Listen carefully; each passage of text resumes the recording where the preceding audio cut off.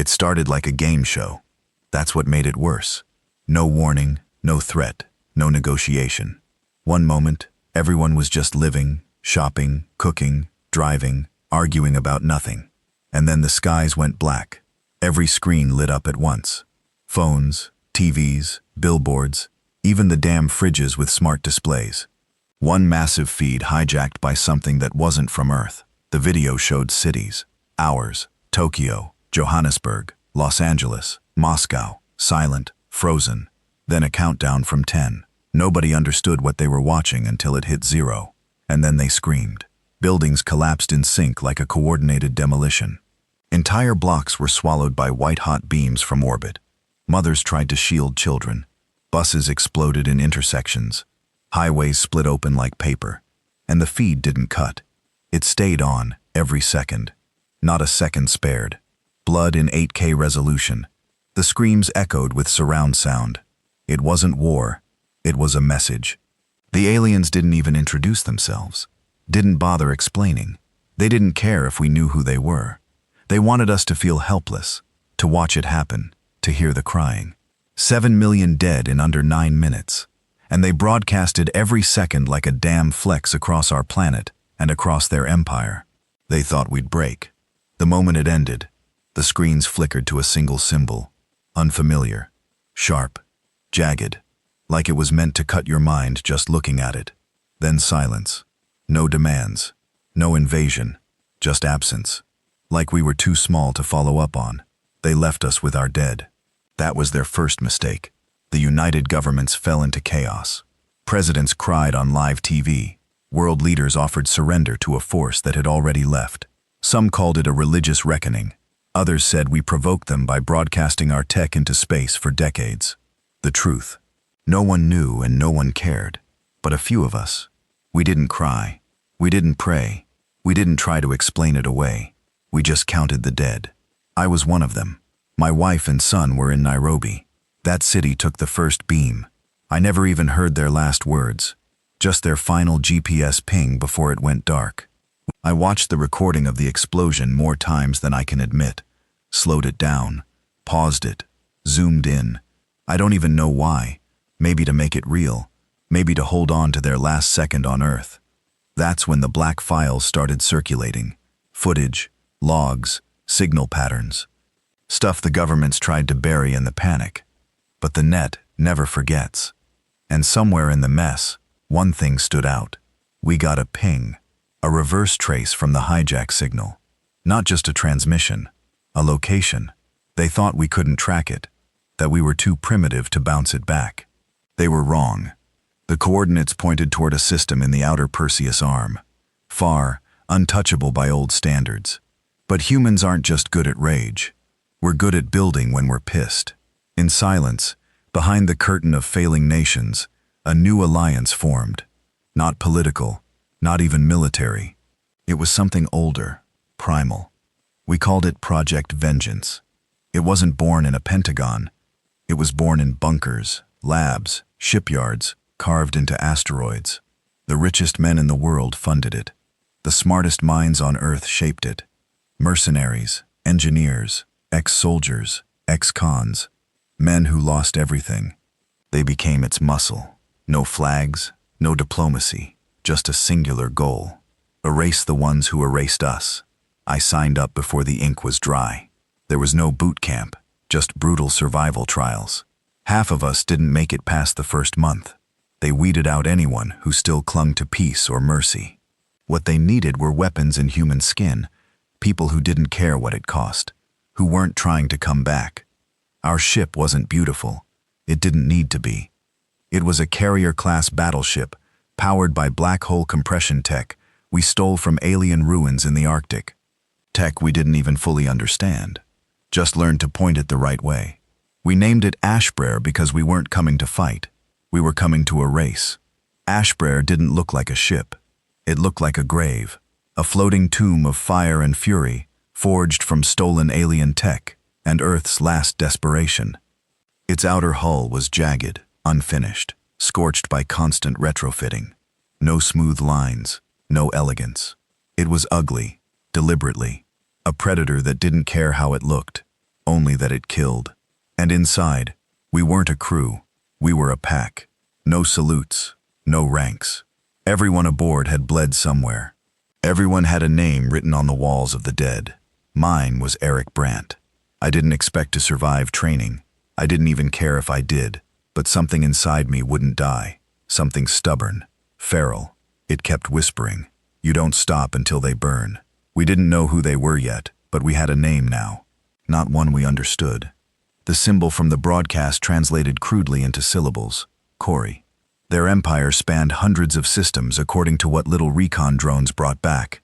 A spread of cold, emotionless precision. No art, no culture, no waste. Just one purpose, control. And when something couldn't be controlled, they erased it like Earth. The problem was, humans never needed control to survive. We thrived in chaos. We lived in pain. We didn't clean the blood from our teeth when we fought. We swallowed it and kept swinging. That's what the Karari never understood. You don't scare a species that's crawled through its own hell for millennia. You just make it angry. Ashbur held just under 100 of us. No politicians, no diplomats, just killers. The training burned out whatever softness we had left. Food was protein gel and recycled matter. Sleep came in 1-hour shifts. Combat drills ran 23 hours a day. The 1 hour off was used for silence, not rest, just silence. You sat with your ghosts in that hour. You stared at the burn marks on your bunk. You remembered why you were here. The man who ran our ops was named Ward. No first name, no title, just Ward.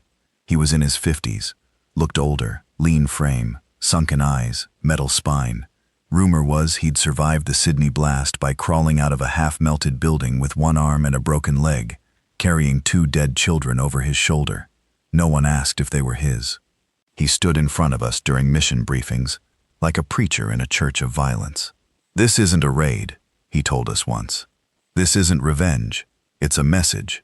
You're not soldiers. You're the bullet Earth loaded into the barrel of extinction. We're going to put a hole in their gods." The room never clapped, never cheered, just nodded. The texts back home were still feeding us data as Ashbur closed the gap to the Karari fringe worlds. Every hyperskip brought us closer, every jump deeper into uncharted territory. The ship creaked when it bent space. You could feel it in your teeth like something primal wanted out. Our first target was a colony world, not a military base, a civilian processing hub. We had no guilt, not after what they did. They didn't kill our soldiers. They killed our children. They broadcasted it like it was entertainment. They forfeited mercy the second they chose to make it a show. Ashbray dropped out of slipspace above a planet we couldn't even pronounce. It was massive. Blue rings, green oceans, towers like ivory knives stabbing up into the clouds. It should have been beautiful. Ward gave the order. No survivors. We launched. I was part of the ground breach team. 5 of us in black drop armor, fully sealed. Guns that fired molten rounds capable of tearing through 10 inches of Karari plate. No comms except for direct link. If you got shot, you either got up or died. No medics, no evac. The descent felt slow.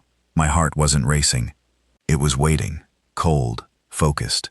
The moment we hit the atmosphere, we saw them. Karari defense flyers scrambling to respond. They didn't expect us this deep.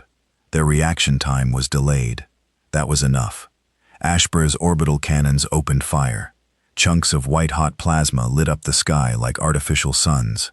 The towers exploded before the Karari could even launch a full counter. I watched as alien bodies, long, sleek, 4-armed things with dead gray skin, flew into the air from the blast wave. No screams. They didn't scream. They just died quietly. Cowards. We landed in the middle of what used to be a city square. Their buildings were glass and stone. No signs of life. All automated. No children, no elderly. It was clinical, like a spreadsheet, pretending to be civilization. We moved through it like wolves, room by room, corridor by corridor.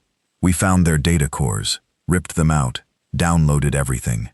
We didn't understand half the code, but we sent it up anyway. Let the eggheads back home figure it out. Our job wasn't to learn, it was to erase. They started resisting after 20 minutes. Squads of Karari warriors, thin but tall, with armor that pulsed when hit. They moved fast, thought faster. But we didn't think. We just reacted. I killed 7 in the first wave. My rifle overheated, switched to blades. You haven't lived until you've buried steel in something that isn't supposed to bleed, but does. Their blood was clear like antifreeze. It steamed when it hit the ground. I got hit once. Shoulder, armor absorbed most of it. But the shock nearly knocked me cold. I kept moving. One of my brothers went down. Clean, ex-Marine, big guy, took a plasma round to the chest. He didn't scream, just looked at me and nodded once before the second shot took his face. I didn't look back. We reached the central spire, a communication hub.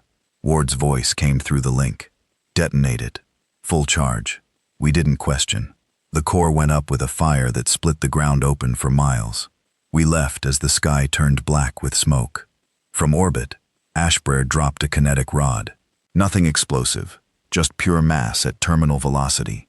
When it hit, the planet cracked. Our first message was sent. 3 billion Karari dead. We didn't celebrate. There was no victory, just silence. Ward met us in the hangar. That's 1, he said. 17 left. 17. That was the number of primary Karari colonies. Each one responsible, each one complicit. Every drone recon returned the same thing. No mourning, no reaction. They didn't care. To them, this was containment. They still thought we were manageable. They thought wrong. Back in quarters, I took out the last picture I had of my son. Worn, cracked. The colors had faded. He was 5, missing a front tooth, smiling like the world was too big to fear. I stared at that photo for an hour. Then I went to the armory. I started modifying my rifle. Longer barrel, custom grip, increased voltage on the charge coils. If they wanted to pretend we were still the prey, I'd make sure they felt every second of the truth. The next target was 2 jumps away. A military world. They would be ready. Good, so were we. We were 2 jumps out when we received the broadcast. It wasn't from Earth. It wasn't from any human channel. This was Cori Tech, high-frequency pulse encrypted in a format we couldn't fully crack. But part of it had been adapted by our AI systems after the first colony slaughter. It auto-translated what it could. Human aggression recorded. Containment protocol initiated. Prepare for sterilization. Ward stared at it on the main screen. Hands clasped behind his back. They're going to war. Someone muttered behind me. Ward didn't flinch. He just said, good. Ashbrer was still burning off heat from the last drop. Engineers patched whole breaches, repainted torn plating, and recalibrated the forward cannons. We didn't dock. We didn't rest. There were no ports to return to, no home planet to resupply from. Earth had become a command center for ashes, funneling resources into our ship, our crew, our mission, as if vengeance had replaced survival as the primary instinct of the species. And maybe it had. Every night I saw them, the dead, not in dreams. I didn't sleep long enough for those. Just faces flickering in my mind like phantom burns. My wife's eyes just before I left for work. My son's laugh. It never stayed long. Just enough to keep the rage sharp. Enough to remind me why we were out here lighting entire civilizations on fire. We weren't the villains. We were what happened when villains went too far. The next target was Envar Prime, one of their oldest military colonies, a world-sized fortress, rings of satellites, ground-based artillery, and an orbital fleet that dwarfed anything we'd seen before. A full garrison of elite Karari warforms. They were waiting for us. We knew it would be a bloodbath. Didn't matter. Ward laid out the mission with deadpan precision. We're not taking it. We're not liberating it. We're not even disabling it. We're going to turn it into a warning the galaxy never forgets. There was no drop this time. No stealth. No surprise. Ashbrer came in loud. We exited slip space right outside the defensive perimeter. Their fleet moved instantly. 36 cruisers, 17 destroyers, hundreds of drone fighters, swarming like hornets. They opened fire before we could fully realign from the jump. Our shields dropped to 70% in the first 10 seconds. No panic. We'd planned for this. Ashbrer didn't have a cloaking system. Didn't need one. It had thresher cannons, Earth's latest hell creation. Fusion-fed magnetic slings that launched depleted uranium rods at a quarter the speed of light. No energy signature, just mass. Pure, brutal old-school physics. The first volley tore through the enemy fleet like a spear through wet paper. 3 Korari ships vaporized before they even understood what hit them. The rest scattered. Then came the lurkers. These weren't part of Ashbear's blueprints. They were last-minute additions. Remote-piloted war barges built from scrap and AI brains tortured into obedience. Suicide drones the size of submarines. Packed with antimatter cores, we released 20. They screamed through space, bypassing shields, worming between enemy formations, then exploded with the force of small stars. Half the orbital defense was gone in under 5 minutes, but they adapted quickly. Korari ships were designed for modular evolution. I watched through the viewing deck as some of them morphed mid-fight, plates shifting, engines rerouting, weapons folding in and out like insects. They started flanking us. Their drones swarmed like mist, tearing into our hull with razor limbs and plasma bites. Ashbear bled fire. Inside, alarms screamed. Bulkheads sealed. Hull ruptures in sectors 7 through 11. 15 of our crew were lost in the first breach. Another 10 burned alive trying to hold the reactor line. I saw one man get dragged through a gap into space before the emergency door slammed shut. No name, just a scream that cut off like a light switch. Ward's voice came through comms, hard and cold. Breach squad. Launch. Get inside the fortress. Set the charges. I was already halfway to the drop bay. Our goal wasn't to win the space fight. It was to make them bleed where it hurt. The command center on Envar's surface, the brains, the officers, the High Council of Military Operations. Intelligence said they were buried inside a mountain, protected by layers of terrain, shielding, and biocurity. Good. We liked a challenge. My squad consisted of 4 this time. Merrick, ex-miner turned demolitions. Griff, a quiet, long-range specialist who hadn't spoken since we left Earth. Doyle, a brute with arms like pistons. And me, the one who never stopped getting back up. We punched through atmosphere at terminal velocity. Our pods were black metal coffins built to withstand hell.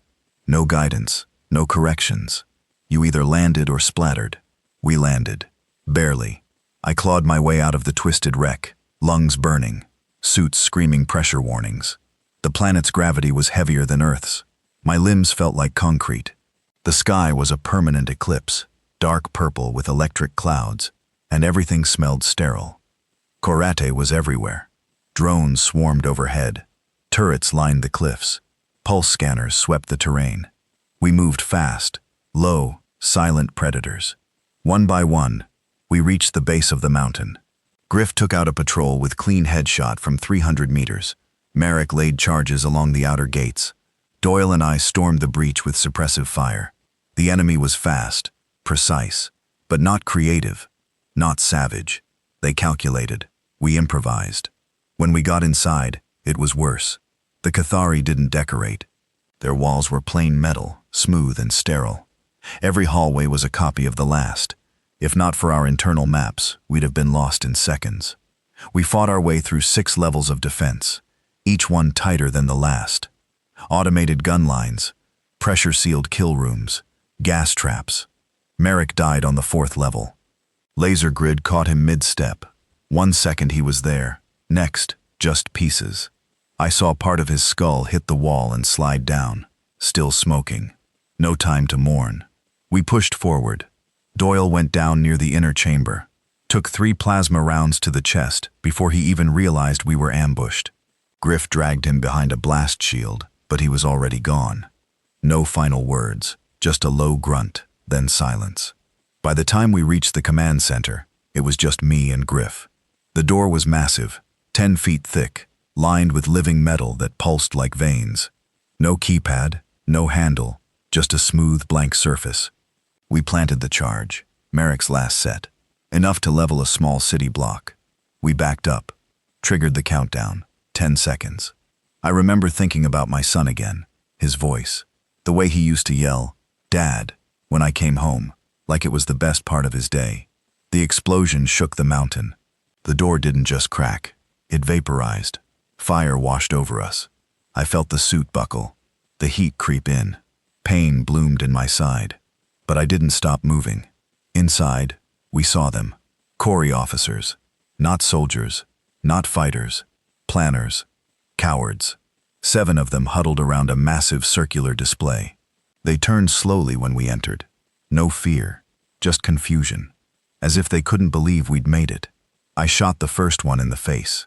Griff opened fire on the others. They tried to run. Too late. We didn't ask questions. We didn't need answers. We emptied every round we had into them. Then I activated the core overload.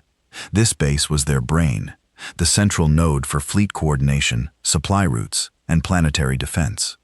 Destroying it wouldn't just envire, it would send the rest of the Korari Empire into disarray. I grabbed Griff by the arm. Time to go. He shook his head.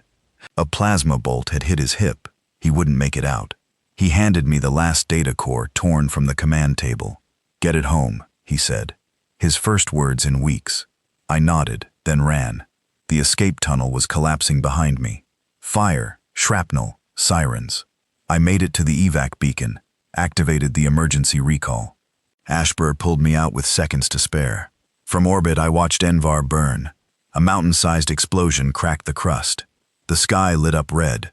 Their fleet scattered. Leaderless. Directionless. Ward stared at the feed and spoke 4 words.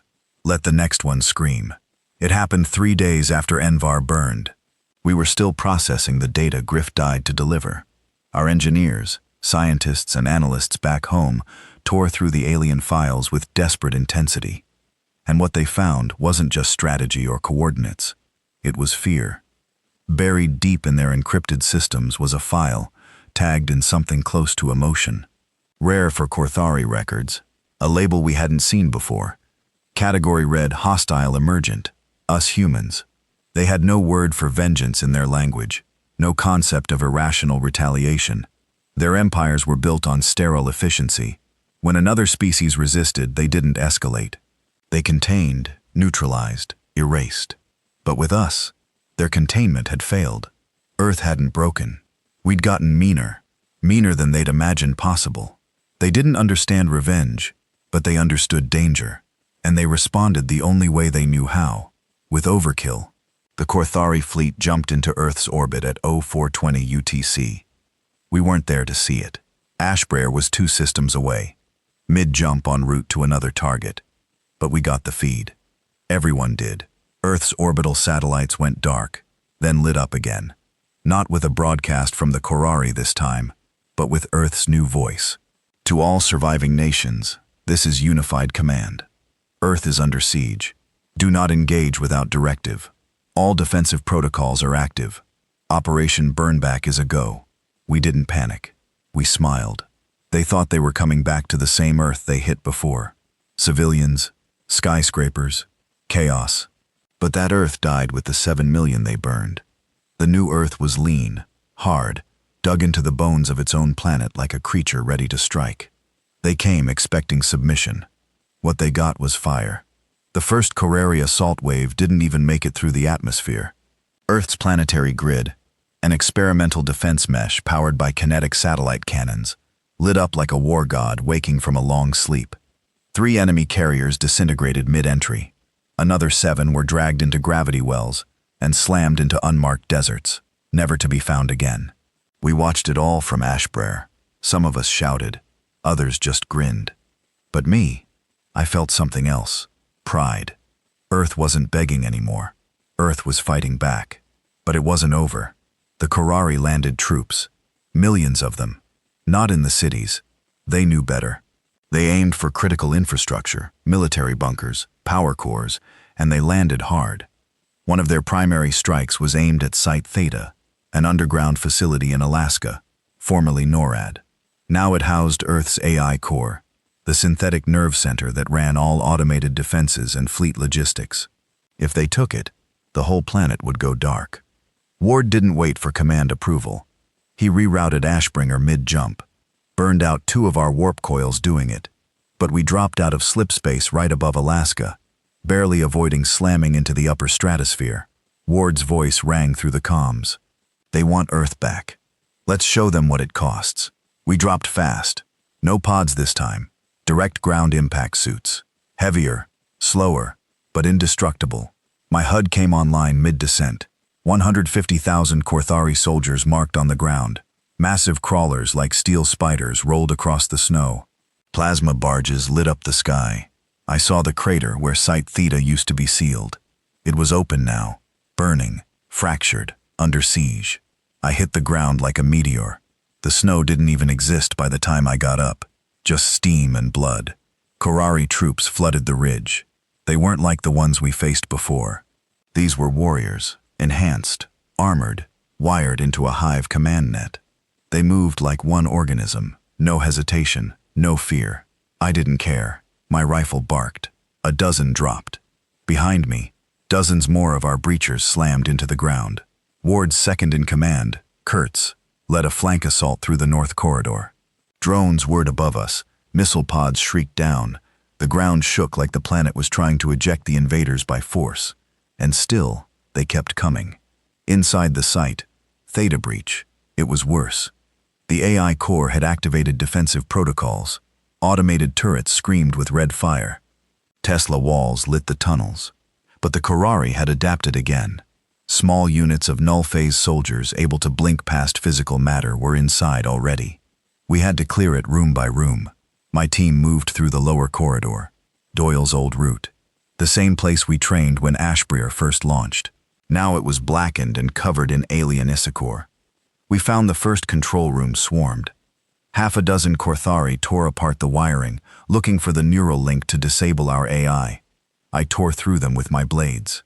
Close quarters. Visceral Korari bodies don't react like ours. No screams, no pleading, just collapse. Like turning off a machine. We reached the core chamber in 20 minutes.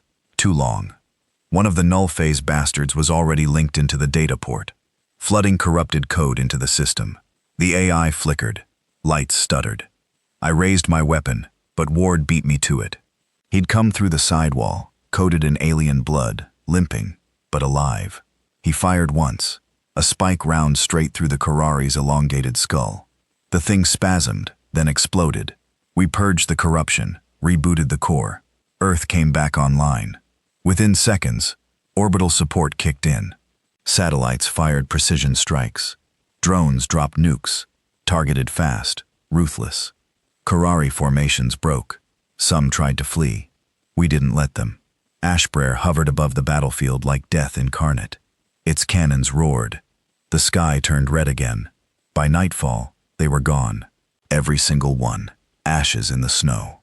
Ward stood outside the ruins of Site Theta as the wind blew alien dust across the ice. He turned to me, voice. They brought the war back to Earth. I nodded. They thought we'd still be on our knees. He looked up at the stars.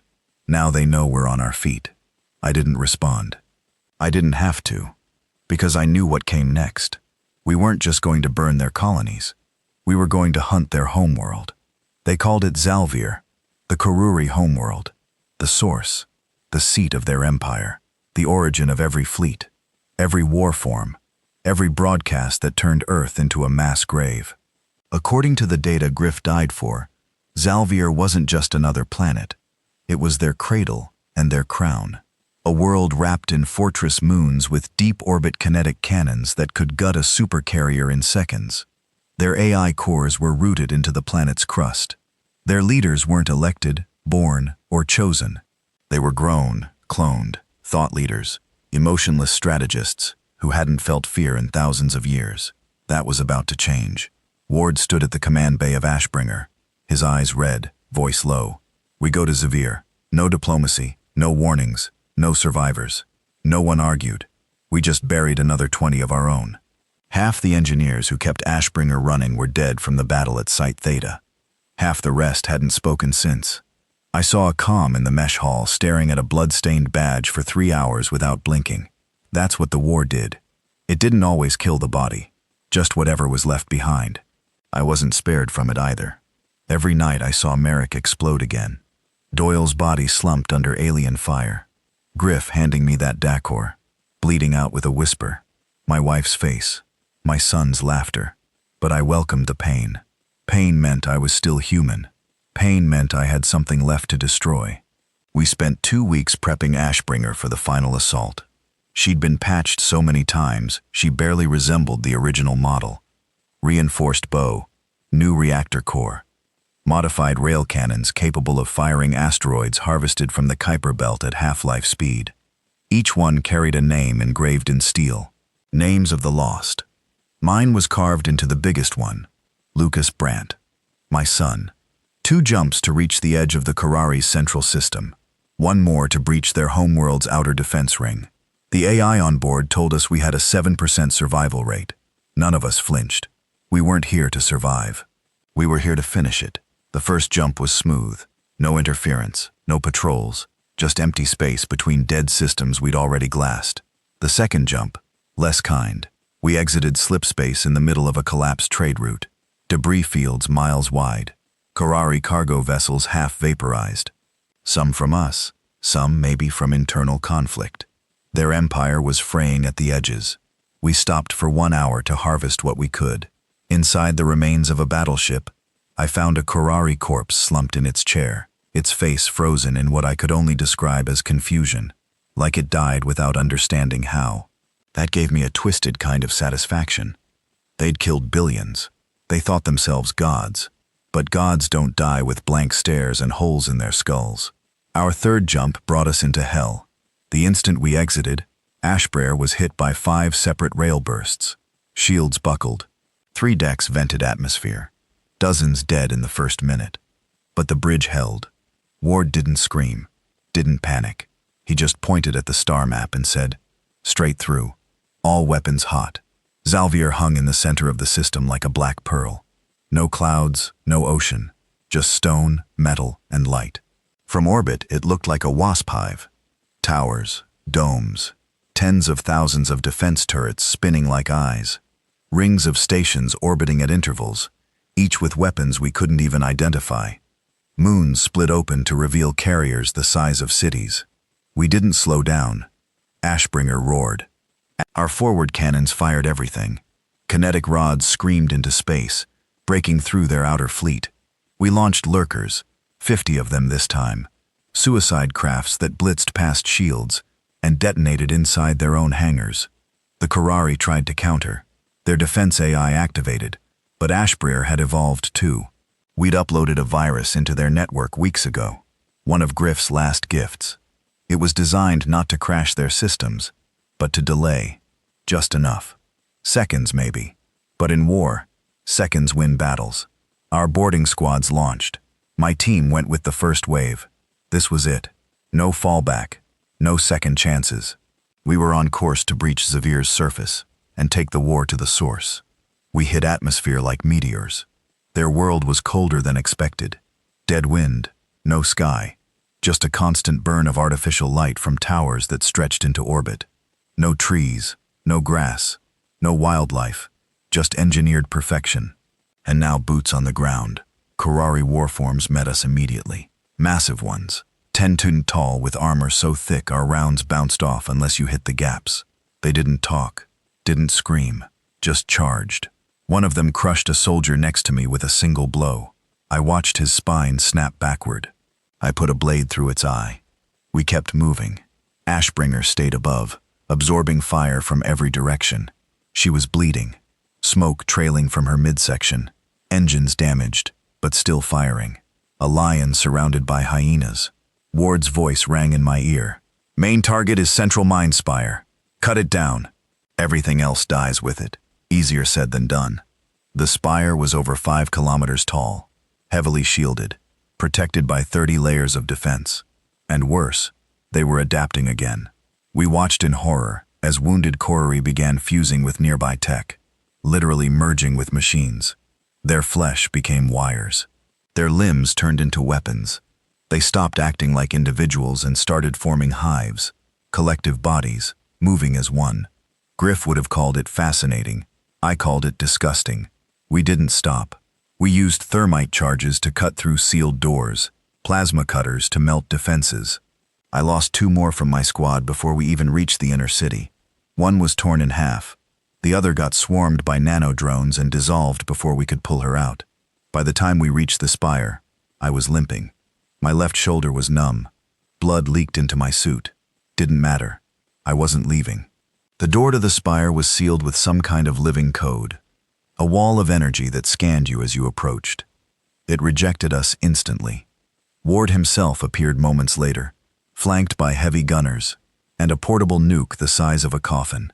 He looked at me. "You still standing?" "Barely." He smiled. The first time I'd ever seen it. "Good. Help me carry this thing inside." We detonated the door with the nuke. Didn't even wait for the smoke to clear. Inside, it wasn't metal. It was organic. The walls pulsed. Lights moved like blood vessels. The air felt wet, alive. And in the center, the Kurari high mind. Not a person, not even a being. It was a mass, a pulsating thing suspended in bow fluid, connected by wires and thoughts. We couldn't tell where it began or ended. It felt wrong, like staring at the end of everything human. Ward raised his weapon. I beat him to it. I fired one shot right into the heart of it. The entire planet screamed, not with sound, but with data, a psychic pulse. My vision blurred. My head felt like it was splitting open. All around us, Kurari dropped. Some folded, some exploded, others just froze. Like the signal that kept them moving had been cut. Ward looked at me, eyes wide. "You killed it." I dropped the gun. "No, we did." Ashbur began its retreat. We'd done it. We'd broken their mind, their world, their empire. And for the first time since the first broadcast, Earth was safe. We thought it was over. After Zvir fell, we pulled back. Not because we had to, but because there was nothing left to kill. The Kurari didn't surrender. They didn't plead. When their mind collapsed, they just shut down, like someone flipped the off switch on an entire species. Their fleets went dead. Their drones dropped out of the sky. Their war forms collapsed mid-charge, limbs twitching before going limp. Victory, right? That's what they called it back home. Every news feed on Earth blasted the same message. Humanity triumphant. The war is over. Families cheered in what was left of the cities. Survivors poured into the streets with makeshift flags. Names of the fallen scrolled across digital walls, while children danced beneath them. For the first time in years, people looked up, not out of fear, but hope. But me, I didn't celebrate because I felt it. Even as we boarded Ashbrer for the final departure, even as we drifted past the smoldering wreckage of Korthari moons and orbiting spires, I felt it. A wrongness in the air. Not grief, not guilt, a silence too loud to ignore. Ward must have sensed it too. He didn't say anything, but the way he stood on the bridge, motionless, jaw locked, told me his instincts were screaming. He was a man who had seen too much war to ever believe it ends clean. He was right. It started the moment we jumped out of the system. Ashbringer's core upgraded with scavenged Korthari tech flickered mid-jump. Just a stutter. A hiccup. Then the lights dimmed. Systems reset. Communications dropped to static for 20 seconds. But in that static, we heard something. Not a glitch, not a signal, a voice. It didn't speak in words. Not like we understand them. It pulsed, echoed, bypassed our comms, and went straight into our heads. It wasn't language. It was presence. Something vast, ancient, a pressure behind your eyes. Every man on the bridge froze. I felt my hands go cold, my vision blurred. The voice whispered, not with sound, but certainty. You were not meant to find it. Then everything snapped back. Power returned. Systems normalized. Navigation confirmed our coordinates. We were back in Sol. Earth ahead. Ashbrir trailing scars and silence. But that message, it haunted us. Ward called an emergency meeting. Only 10 of us left from the original breach team. Blooded, broken, but still breathing. We met in the tactical chamber, surrounded by hollow feeds showing Earth's cities rebuilding. The footage felt fake, like an old film loop. Ward stood in front of us, eyes darker than I'd ever seen. We didn't just kill the Cathari, he said quietly. We woke something they were afraid of. Griff, if he were alive, would have jumped on that theory. He once said, "No empire lasts forever, unless it's hiding from something bigger." Maybe the Cathari weren't conquerors. Maybe they were survivors following some ancient protocol. Kill all emergent threats before they trigger. Whatever was beneath, we triggered it. Ward pulled up footage from Ashbringer's internal systems, logs from the moment we shot the high mind. In the background of the audio, under the roar of the explosion and screaming data feeds, was a sound none of us had heard before. A heartbeat, slow, deep. Not from any human or Korthari source. It didn't match known life forms. Didn't match machines either. It was below the detection line of all standard scanners. Something had been sleeping beneath Zelvier, and when we destroyed the high mind, we cracked the shell. Earth's victory wasn't the end. It was the beginning.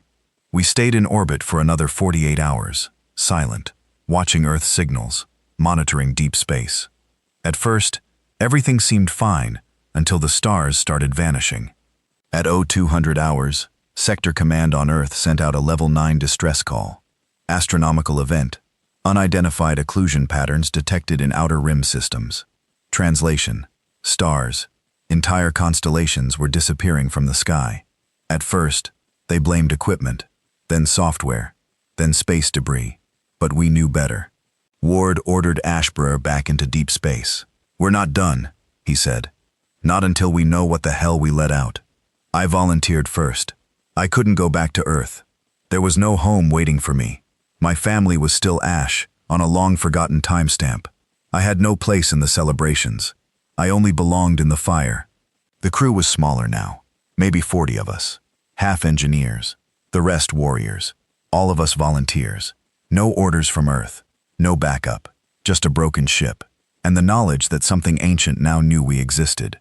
We jumped back toward the Korari system, but it wasn't there. Zavir was gone. Not destroyed, gone. No debris, no signals, no gravity distortion. Just empty space where an entire world used to be. And around it, silence. Not the silence of peace, the silence of breath held before a scream. Our AI tried pinging the last known Korari colonies. Nothing. Tried relaying back to Earth. No response. Then the stars started moving. I watched from the command deck as one of the distant stars on our chart shifted. Not just drifted. Moved deliberately, like something massive and alive was turning. Another one blinked out, then two more. Ward stood next to me, voice low. "We didn't end the war," he whispered. "We kicked open a cell. I felt it in my bones. The Korari hadn't built a homeworld on Zvir, because it was sacred. They built it as a prison gate. The High Mind wasn't just a strategist. It was a seal, a conscious lock, a worked neural firewall, designed not just to run an empire, but to contain something beneath it. And we blew it to hell. Now that thing was free. What came next was fast. Too fast. The thing we awakened, we never saw its full form, but its presence was like standing too close to a black hole. Like the air was thinning. Like space itself was watching. Our system started failing. Weapons locked up. Lights dimmed. The AI went offline and came back gibbering in dead languages. Then the voice returned, this time clearer. Not words, ideas. "This cycle is broken. You are not the first. You will not be the last." Ward tried to order a jump. Too late. From the dark it came. Not a ship, not a creature, a shape. Like a wound in reality itself. A crack in the rules we thought governed the universe. And from that wound, arms reached out. Not physical, not entirely. Like shadows pretending to be solid. They touched the outer hull. Ashbrer groaned like a dying animal. Deck plates buckled, men screamed. We fired everything. Rods, missiles, fusion cores, nothing mattered. It didn't bleed. It didn't even react. Then, as if bored, it receded. Not because we won, because it lost interest. Like it had just been sniffing us, testing, sampling. And what it tasted didn't scare it. It just whispered one last phrase as it vanished back into the black. Not ready yet, but soon. Ashbrer drifted for days. Systems rebooted slowly. Comms returned partially. Earth was still there, still rebuilding, but strange reports had begun. People going missing. Whole research outposts on Mars suddenly silent. AI systems refusing orders. Satellites blinking out in perfect geometric patterns. We didn't go home. We couldn't. Ward sent one final encrypted message to Earth. Victory was a lie. Prepare. The old things are waking up. Then we turned Ashbringer toward deep space. To find out what came before the Karari, to find the thing they tried to cage, to understand the thing that now knew our name. We weren't soldiers anymore. We were the last line between humanity and whatever waited behind the stars. And I swear to you, it's still watching. We left known space behind, past the edge of Karari systems, beyond what even alien charts had mapped. Out here, stars were sparse. Time felt warped. Ashbringer moved like it was cutting through oil, heavy, slow, with the sense that something was pressing back. Ward called it the event horizon of reason. We'd stopped trying to explain it. Every day that passed, we felt less like soldiers and more like explorers of a place no mind was meant to wander. The ship groaned when we moved too fast. The lights dimmed even when power was full. Our internal clocks lost sync. People began hearing things through the vents. Whispers, footsteps, breathing that didn't match the crew count. We should have turned back, but we couldn't. The entity we'd awakened beneath Zalvier, we didn't even have a name for it. It didn't give one. It didn't need to. It wasn't a god. It wasn't even evil in the way we understood it. It was just old. Older than light. Older than death. And it was curious.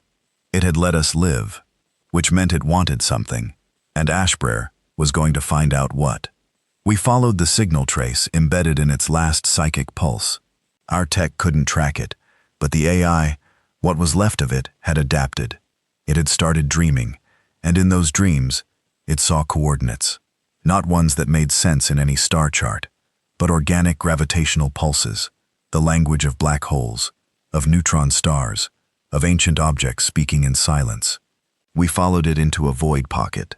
No stars, no planets, just a massive empty sphere stretching for light years until we reached its center. There was a monolith, floating, impossible in scale, like a knife plunged through reality, blacker than space, taller than anything we'd ever seen.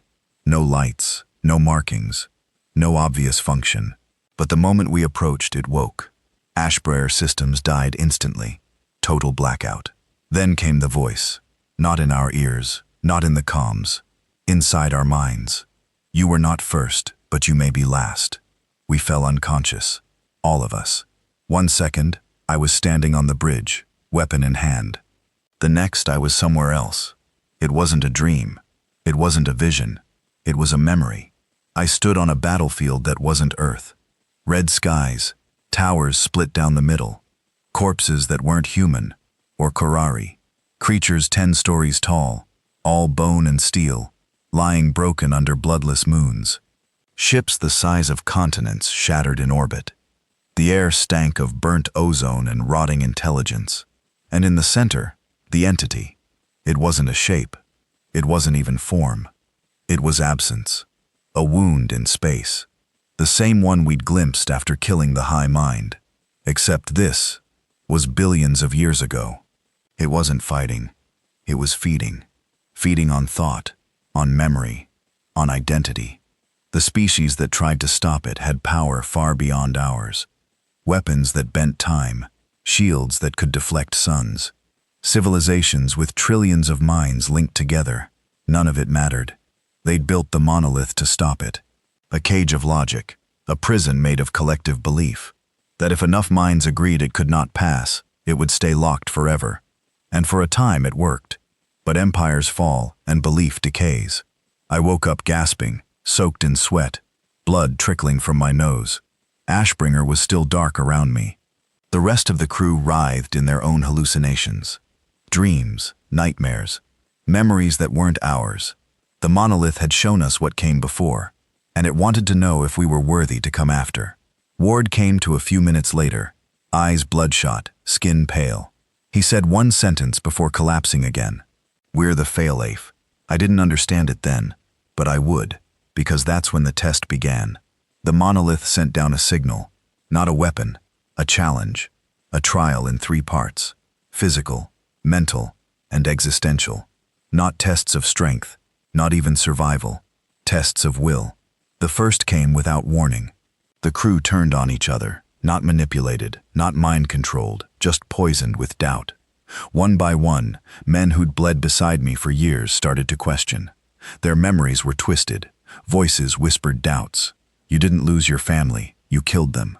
The war wasn't real. You invented it to feel alive. There is no Earth. There never was. Reality bent like a fragile mirror. Some cracked. Benson, our pilot, slit his own throat with a shard of broken armor. Yin, the comms specialist, spaced herself mid-hallucination. She thought we were still on Zalvir, screamed that the walls were bleeding. Only 20 of us remained after the first phase. I almost broke too. I started doubting my son's name. But I had one anchor left, the pain. The image of his last recorded position, the timestamp, the silence that followed. Pain didn't lie, and so I held on. The second test came silently. We found a chamber deep in Ashbreer's lower decks that hadn't existed before. A door cold, made of the same black material as the monolith. We opened it. Inside were replicas of each of us standing, breathing, watching, perfect copies. They didn't speak, didn't move until we did. Then they attacked, not with rage, not even violence. They whispered truths we'd buried, each word a scalpel. Mine looked me in the eye and said, "You didn't fight for revenge, you fought because you missed killing. Because war gave you purpose. Without it, you're nothing." I almost believed him. Then I broke his neck. The room burned with light. 17 of us made it out. Then came the final test, existential. The monolith offered us peace. It spoke through our dead. I saw my son again, his real voice, his real face. He stood in the command bay, holding my hand, asking me to stay. "I missed you, Dad. You don't have to fight anymore." The others saw their own ghosts, wives, brothers, children, all saying the same thing: give up, rest, let it end. It was beautiful, peaceful, warm. That's how it works. That's why the old ones lost.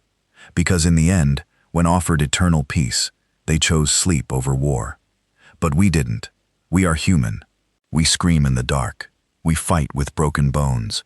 We bite down on blood and keep moving forward. Ward stood at the edge of the illusion and roared, "We don't rest." And with that, the monolith shattered. Not physically. It collapsed within us. Its test failed. We were not perfect. We were not pure. But we were refusers. And that was enough. When we awoke again, Ashbreer's systems were back online. No voices, no whispers, just silence. The monolith drifted behind us, still dim, empty. And then came the final message. Cycle broken. Not caged. Not fed. Not feared. Observation begins. Whatever it wasn't sealed anymore. But it didn't destroy us, because for the first time, it had seen something different. Not obedience, not worship, not panic, defiance. It wasn't over, but it was watching, waiting. And as Ashbreer turned back towards Sue, I knew one thing. Humanity's greatest weapon wasn't our technology or our rage. It was the fact that we never give up. The sky was too blue. That's what struck me first when we re-entered Earth's orbit. After everything we'd seen, burning stars, frozen voids, monoliths that whispered in thought, Earth's sky felt wrong, too clean, too untouched. Like the world below had moved on without remembering what it cost. Ashbreer was barely holding together. She creaked on entry. Panels scorched. One of her rail cannons fused into dead metal. Only 15 of us were left. 15 out of almost 200. We carried no trophies, no celebrations, just scars, silence, and the memory of something that had let us go for now. We weren't welcomed back with parades. There were no crowds waiting on the tarmac. Only 2 officials, eyes dull, suits too clean, and a security team that kept their distance, like we were radioactive. Maybe we were. Ward met with them briefly. I didn't hear the words. Didn't need to. Their body language told the story. They'd received our message, the raw data, the final recordings. They knew, but they didn't understand. Back in the cities, life continued like the war had ended. Billboards played ads for new colonies, luxury space cruisers, schools opened, families rebuilt, politicians smiled on podiums. Victory speeches aired on loop, laced with slogans like Earth Reborn, Peace Through Strength, the Age of Unity. But it was all a mask, because under the surface, behind the smiles, people were scared. They'd seen the stars go out. They'd felt the tremors in their sleep. Children drew pictures of black towers with no doors. AI cores refused to access Corari systems. Some even locked themselves down, citing paradox loop errors. High-orbit stations went dark for minutes at a time. Astronomers began reporting impossible gravitational anomalies. Entire dwarf galaxies had gone missing from the deep scans. Something had changed. We had changed. The debrief took 9 days. They interrogated us like war criminals, not with anger, but with fear. The way scientists prod a ticking bomb, they don't understand. They wanted to know everything. What was the monolith? Was it alive? Could it follow us back? Could it be reasoned with? What did it want? We gave them one answer. It doesn't want. It watches. That wasn't good enough. They wanted data, coordinates, weaknesses, tactics. Ward told them the truth. If it decides to end us, it won't be a war. It'll be a blink. And still, they planned. That's what humans do. They build. They prepare. They pretend they have time. They offered us medals. Some accepted. Most of us didn't. You don't take medals for waking a god and surviving its curiosity. I returned to Nairobi. What was left of it? Rebuilt streets, clean buildings, green zones, kids playing near fountains. I stood in the same spot my son had died. The GPS ping had been archived, burned into Earth's war record, under Incident 001 Alpha. A tree grew there now. I knelt beside it, put my hand on the soil, didn't cry, didn't speak, just stayed there until the sun dipped below the skyline. Ward disappeared 3 days later. No farewell, no transmission, just gone. His ship, Burnlight, departed without a flight plan. Some say he's searching for another monolith. Others say he never left that void, and we've just been talking to a ghost. Maybe he knew we were being watched. Maybe he wanted to look the watcher in the eye again. Me, I stayed for a time. I tried to live, tried to eat normal food, sleep in a real bed, talk like a human again, but it never felt real. Because the truth is, we're not done. Not me, not Earth, not the thing behind the stars. 6 months passed. That's when the first beacon activated. Deep under the Pacific, buried beneath tectonic plates untouched for millennia, Earth's sensors lit up with a pulse. It wasn't Corey tech. It wasn't human. It matched 94% with the monolith's energy signature. I was called in immediately. The briefing room was full of new faces. Young men in clean uniforms, bright eyes, thinking they were about to become heroes. They'd never heard the heartbeat. I told them what I saw, what I remembered, how the monolith tested us, not to destroy us, but to measure us. And now it was measuring Earth again. We weren't the only ones who had awakened. The beacon was one of 7, each buried deep in a planet across the system. We'd only found one. The others were silent for now. There was one last entry in the Ashbrer log, something we'd missed. During our jump back from the void, a passive sensor had picked up a message on a subdimensional layer. A whisper, translated crudely by our AI. 6 words. Next time, bring all of you. It wasn't a threat. It was an invitation. Earth is rebuilding fleets again. Not for war against aliens, but for what comes next. They're calling them the Sentinel class. Ships built not to destroy, but to stand, to watch, to be the first line between humanity and the dark beyond. They asked me to name the first one. I called it Ashbringer 2. Not because we wanted war, but because some names should be remembered when the stars start to go out again. I don't know when it'll return. Might be years, might be tomorrow, but it will. And when it does, we'll be ready. Not because we're powerful, not because we're united, but because we're human. We don't bow. We don't beg. We fight. Even when we know we're going to lose. Even when death stands inches from our face, we fight. Because something worse than extinction is never having tried. And if that thing behind the stars wants to judge us again, let it come. Let it see what Earth becomes when it refuses to die.